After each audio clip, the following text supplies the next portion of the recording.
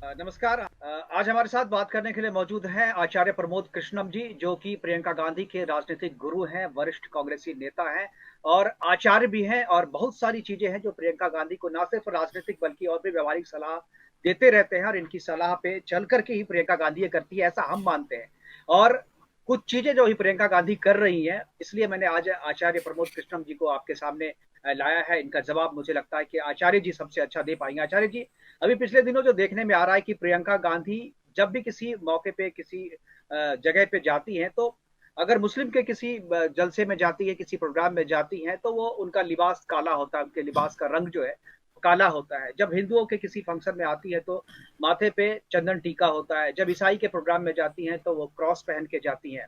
मतलब हर मौके के लिए वो अपना रंग बदलती हैं। तो राजनेताओं के इस बदलते रंग पे मेरा सवाल है आपसे कि क्या प्रियंका गांधी को ये सलाह आप दे रहे हैं कि हर एक फंक्शन में हर एक धर्म के हिसाब से अपने लिबास को आप चेंज करो? देखिए मुकेश जी, ये सवाल आपका बड़ा गंभीर है। लेकिन प्रियंका गांधी भारत के जनमानस को सबसे ज़्यादा अपील करने वाली नेता है, पहली बात। दूसरा, प्रियंका गांधी पंडित नेहरू और इंदिरा गांधी के परिवार की एक अहम सदस्य हैं। और ये वो परिवार है जिसने इस देश के लिए कुर्बानियाँ दी हैं। जहाँ तक सवाल है आपका कि प्रियंका गांधी अगर कहीं हिंदू के यहाँ जाती हैं तो वो हिंदू जैसा पहनावा, मुसलमानों में जाती हैं तो मुसलमानों जैसा पहनावा, मुझे लगता है कि धर्म जो है वो पोशाक और भाषा का नाम नहीं है। धर्म, कुछ लोगों ने इस मुल्क में, इस देश में जबानों को और लिबासों को दीन समझ लिया है। परमात्मा का तो कोई, देखिए, ना तो भाषा से कोई लेना देना है और ना लिबासों से लेना देना है। ईश्वर एक है। ईसावास्यमिदं सर्वम यत् किंचित जगत्याम, जगत से शुरू होती है यात्रा। एकम सद विप्रा बिल्कुल। बहुधा वदंती एको सत, एकम सद विप्रा बहुधा वदंती एको ब्रह्म द्वितीय नास्ति। तो ये हमारे शास्त्रों का उद्घोष है। जहाँ तक प्रियंका गांधी का आपने कहा कि वो जो कहीं जाती हैं मैं उन्हें बताता हूँ, बिल्कुल ऐसा नहीं है। प्रियंका गांधी बहुत ही ज़्यादा आध्यात्मिक हैं। बहुत ही ज़्यादा उनकी आस्था और उनकी जो श्रद्धा है वो भारतीय संस्कृति, भारतीय शास्त्र और भारतीय सनातन धर्म में है। आचार्य जी, ये सवाल मैंने इसलिए पूछा कि जो बातें आपने कही कि धर्म का लिबास से कुछ लेना देना नहीं है, तो ये तो आपके संदर्भ में ठीक है। आचार्य आप हैं, आपका लिबास जो है उससे तो सब चीज जाता है, लिबास से कोई मतलब। लेकिन ये आचार्यों और धर्म गुरुओं के प्रति ही मुझे लगता है कि ये सोचना चाहिए कि ऐसा उनके प्रति नहीं है, लिबास से उनको कोई फर्क नहीं पड़ता। लेकिन जब राजनेता कुछ भी करते हैं तो उसका कोई ना कोई संदेश होता है। राजनेता कुछ भी सीधे तौर पे करते हैं तो उसका संदेश देने के लिए करते हैं, चाहे वो लिबास हो, चाहे उनका बयान हो, चाहे उनकी भाषा हो, चाहे उनका बॉडी लैंग्वेज हो। तो नेता कुछ करते हैं तो जनता की नजर उस पर रहती है, इसलिए मेरा ये सवाल था। और रही बात धर्म की, आपने पूछी तो आपने प्रियंका गांधी के बारे में पूछा, कहा कि नेहरू खानदान से है, गांधी नाम है उनका, तो लोगों को ये भी कंफ्यूजन है कि गांधी नाम है, पति क्रिश्चियन है, माता क्रिश्चियन है, बेटी मरियम है, बेटा रेहान है, तो लोग कंफ्यूज है जो आखिर उनका रिलीजन क्या है, धर्म क्या है। और देखिए, मैं आपको एक बात बताऊं कि इंदिरा गांधी जी। का विवाह फिरोज गांधी से हुआ। वो एक पारसी थे। तो इंदिरा जी पे सवाल उठता है, साहब वो तो पारसी हो गई, लेकिन स्मृति ईरानी इस पारसी से शादी करके वो हिंदू रह जाती है। इंदिरा जी पारसी से शादी करके पारसी बन गई। लेकिन सोनिया गांधी राजीव गांधी से शादी करके अभी भी एंटोनियो मायनो कहा जाता है। सोनिया आपके गांधी हिसाब से का आप विवाह, आचार्य हैं, आप आचार्य नहीं हैं, नहीं, मैं आपसे पूछता हूँ, आप मैं क्या कहेंगे, मैं आप क्या मैं मानते हैं? मुकेश मुकेश जी, मैं कहता जी। हूँ दो बातें हैं। एक है भारतीय संस्कृति और भारत की सभ्यता का दृष्टिकोण। एक है भारत के संविधान का दृष्टिकोण। भारत का संविधान और भारत की संस्कृति और सभ्यता दोनों इस बात का उद्घोष करती हैं, उल्लेख करती हैं कि जब स्त्री का विवाह होता है, कन्या का विवाह होता है, तो वो अपने सर्वस्व को अपने पति में निहित कर देती है। लेकिन ऐसा नहीं होता कि वो अपने माता पिता के घर के जो संस्कार है उन्हें भूलाती है। तो इसलिए इस विषय पे अब इतना ज्यादा तूल देना वो व्यर्थ है। और जहां तक प्रियंका गांधी का सवाल है, मैं आपको आज बता दूं, प्रियंका गांधी दुर्गा का अवतार है और इस ये भारत आप का इसलिए कह रहे भविष्य हैं कि है। आप उनके गुरु हैं, एक आप धर्म हिंदू धर्म के आचार्य हैं, आप गुरु हैं, हिंदू धर्म के मानने वाले हैं। और उनके बारे में जैसा कि आपने भी कहा कि लोगों में भी कंफ्यूजन है कि उनका धर्म क्या है, वो क्रिश्चियन है, हिंदू है, ब्राह्मण है, मुस्लिम है। ये सवाल है ना। आप ये बताइए, संविधान क्या कहता है और संस्कृति क्या कहती है, वो तो ठीक है, सबको पता है। वो क्या कहती हैं, आप क्या कहते हैं, प्रियंका गांधी क्या है? मुकेश जी, आप बहुत ही विद्वान पत्रकार हैं।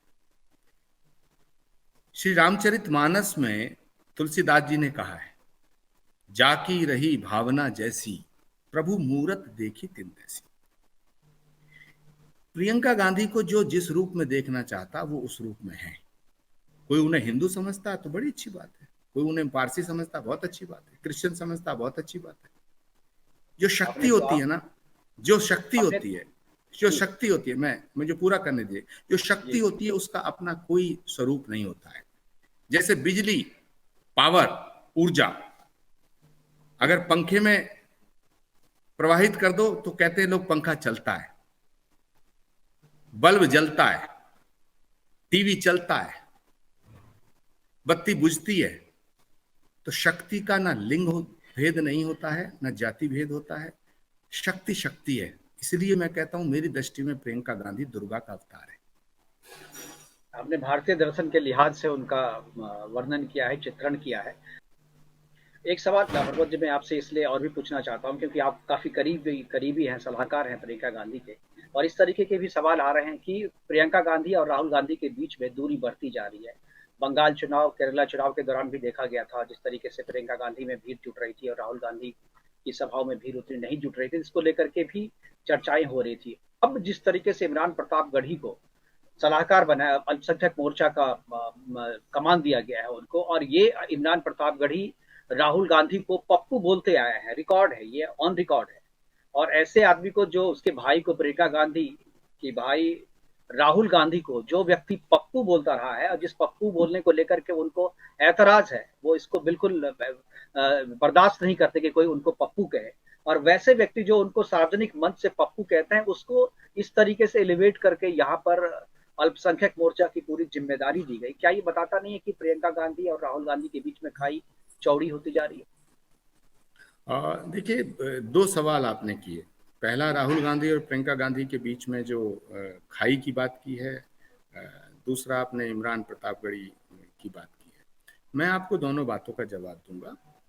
प्रियंका गांधी एक अच्छी बेटी हैं, एक अच्छी माँ हैं, एक अच्छी बहन हैं, एक अच्छी पत्नी है और एक अच्छी नेता है।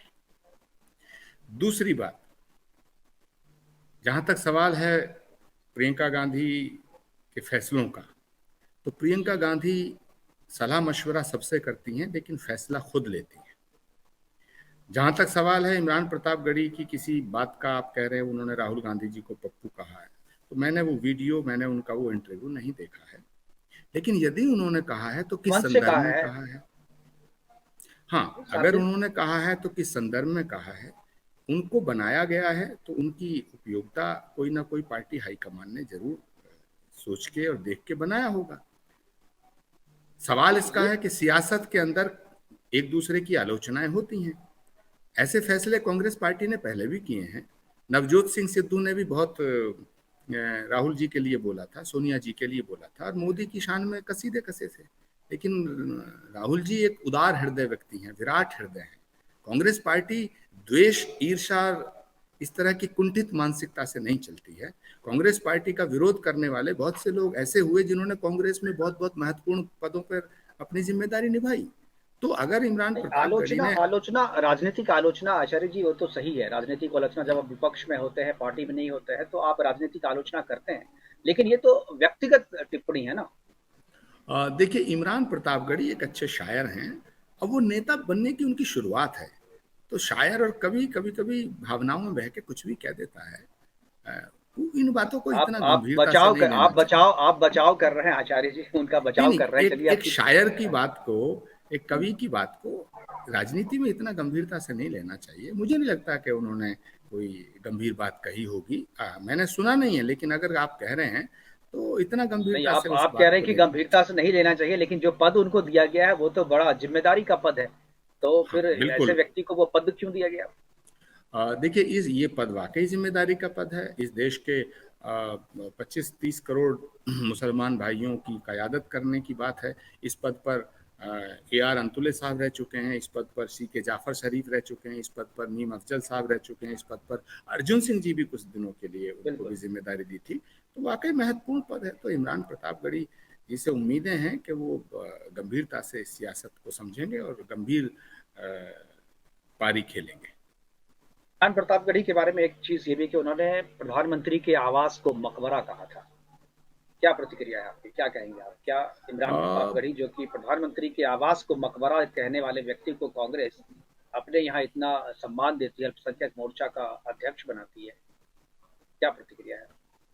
देखिए, मुल्क के वजीर आजम का सम्मान करना चाहिए। भारत के प्रधानमंत्री केवल भाजपा के प्रधानमंत्री नहीं है, केवल किसी एक पार्टी के प्रधानमंत्री नहीं है, किसी एक जाति और एक धर्म के प्रधानमंत्री नहीं, वो देश के प्रधानमंत्री हैं।